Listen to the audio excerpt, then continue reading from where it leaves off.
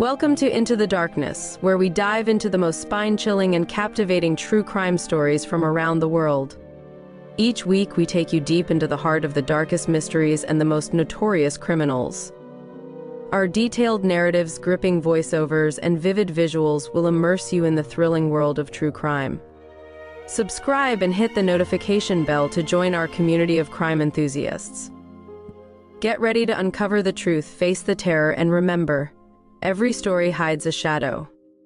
Now, let's dive into the darkness. Obsession in Tokyo. Tokyo, a city of contrasts, where neon lights flickered incessantly against the backdrop of ancient temples, was a place where anonymity was both a shield and a weapon. The sprawling metropolis, home to over 13 million souls, thrived on its ceaseless energy, the streets teeming with life at all hours. Yet beneath this vibrant surface, shadows lingered, concealing dark secrets that only emerged under the cover of night. In this urban jungle, anonymity provided the perfect cover for Aya Nakamura, a young woman whose delicate features and disarming smile belied a chilling darkness. To the untrained eye, she was just another face in the crowd, blending seamlessly into the throngs of people. But beneath her serene exterior, Ayan harbored a deep, unsettling obsession.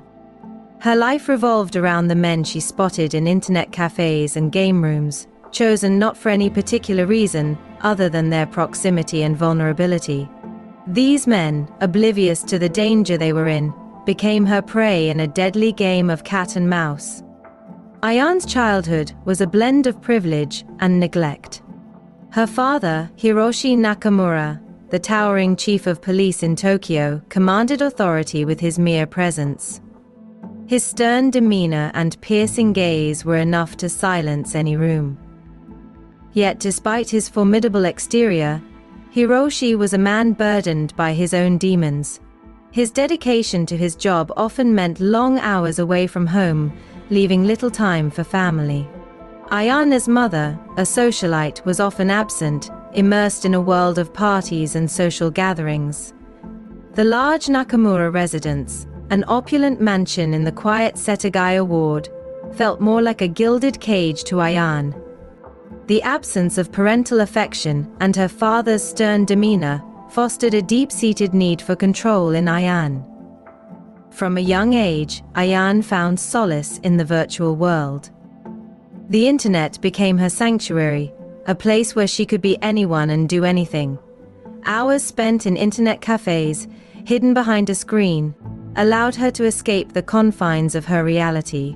She could lose herself in games, forums, and chat rooms, where her identity was malleable and her actions had no real-world consequences. This sense of control and detachment grew into an obsession, one that would soon spill over into her real life. Kaito Tanaka was an ordinary young man, a year-old programmer who frequented a local internet cafe in the Akihabara district. His life was unremarkable, marked by long hours at work and solitary nights spent gaming.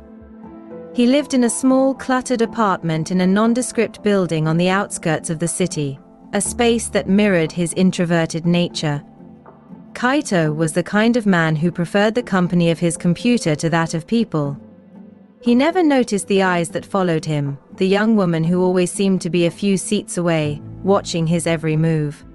Ayane's first kill was not planned, but an opportunity seized in a moment of rage. Kaito had rebuffed her advances, politely but firmly. It was a simple interaction, a brief conversation where Ayan had tried to engage him in small talk.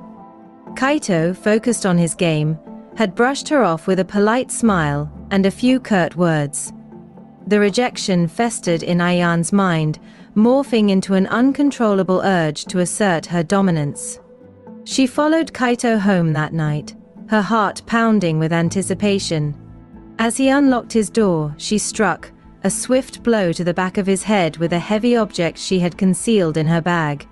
The scene that unfolded in Kaito's apartment was a chilling tableau of controlled violence.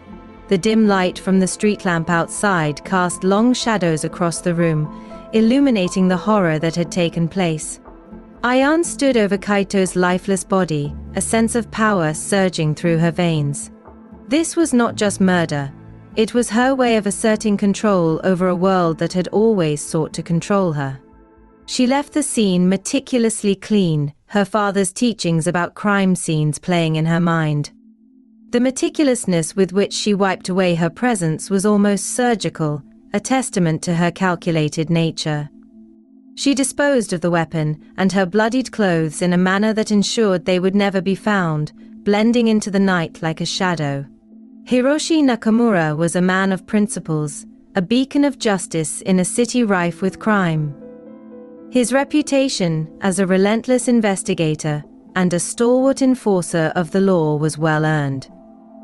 When the body of Kaito Tanaka was discovered, Hiroshi took personal interest in the case. It was unlike any he had seen before, methodical, clean, and devoid of any apparent motive. The murder scene was eerily pristine, the lack of evidence a testament to the killer's meticulous nature. The case consumed him, not just as a police chief but as a father, though he did not yet know the horrifying truth. The investigation took place against the backdrop of Tokyo's chaotic streets, where the hum of traffic and the distant chatter of pedestrians created a constant din. Hiroshi's team combed through the crime scene, meticulously collecting every piece of evidence. The forensics lab, a sterile environment filled with the hum of machinery, became Hiroshi's second home. Ayaan watched from the sidelines as the investigation unfolded, her father unknowingly hunting her. The thrill of the kill was compounded by the thrill of the chase. She continued her routine, picking her next target with careful precision. Each kill was a masterpiece of planning and execution, leaving no trace that could lead back to her. The anonymity of the city worked in her favor, the millions of faces in Tokyo providing the perfect camouflage. It was during the investigation of her third victim, a young office worker named Haruto Yamada, that Hiroshi began to notice a pattern. The victims were all men in their mid-20s, frequent visitors of internet cafes. Haruto's life, much like Kaito's, was unremarkable. He was a quiet man, dedicated to his work and his solitary hobbies. His apartment, located in a nondescript building in Shibuya, was filled with books and games, a testament to his introverted nature. The realization gnawed at Hiroshi, the pieces of the puzzle starting to fit together in a way that chilled him to the bone. Ayane's next victim was different. Kazuki Matsumoto was a charismatic young man who frequented the same internet cafe she did. He was popular, always surrounded by friends. Kazuki's life was a stark contrast to her previous victims. He was outgoing, charming, and had a magnetic personality that drew people to him. Ayane's obsession with Kazuki was intense, fueled by a mixture of admiration and envy. The day she approached him, Kazuki responded with kindness, offering her a smile that sealed his fate. Ayane followed Kazuki home, her heart racing with the anticipation of the kill. His apartment was a reflection of his personality, bright, welcoming, and filled with personal touches that spoke of a life well lived. But this time, she was not as meticulous. A neighbor saw her leaving Kazuki's apartment, her face hidden by the hood of her jacket.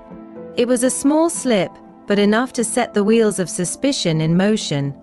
The investigation reached a boiling point when Hiroshi found a piece of evidence that linked Ayane to the crime scenes, a strand of her hair, caught on Kazuki's jacket.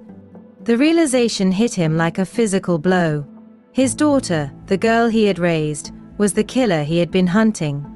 The horror of this revelation was compounded by the memories of her childhood, the moments he had missed, the signs he had ignored. The confrontation between Hiroshi and Ayane was intense. They met in the confines of their home, the air thick with tension.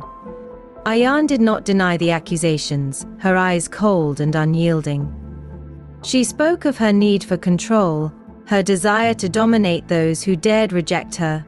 Her voice was calm, almost detached, as she recounted her actions. Hiroshi was torn between his duty as a police officer and his love for his daughter, the choice he made would haunt him forever. Hiroshi decided to protect Ayane, to shield her from the consequences of her actions. The guilt of his past neglect weighed heavily on him, driving his decision. He manipulated evidence, redirected the investigation, and framed an innocent man for the murders. The innocent man, a drifter with a history of petty crimes, became the scapegoat in a twisted act of paternal protection. It was a delicate balance, maintaining his position as the chief of police while covering up his daughter's crimes. Ayane continued her killing spree, emboldened by her father's protection. Each kill was a testament to her power, a statement of her dominance over the men she targeted. Hiroshi watched helplessly as his daughter spiraled deeper into her darkness, each cover-up more desperate than the last. He planted false evidence, coerced witnesses, and fabricated alibis, all while wrestling with the moral and ethical implications of his actions. The truth could not remain hidden forever. An ambitious young detective, Satoshi Kimura, began to notice inconsistencies in the investigation. Satoshi was known for his sharp mind and unyielding determination. His keen eye for detail and relentless pursuit of justice made him a formidable force. His persistence led him to uncover the truth about Ayane and her father's involvement. The revelation was a scandal that rocked Tokyo to its core.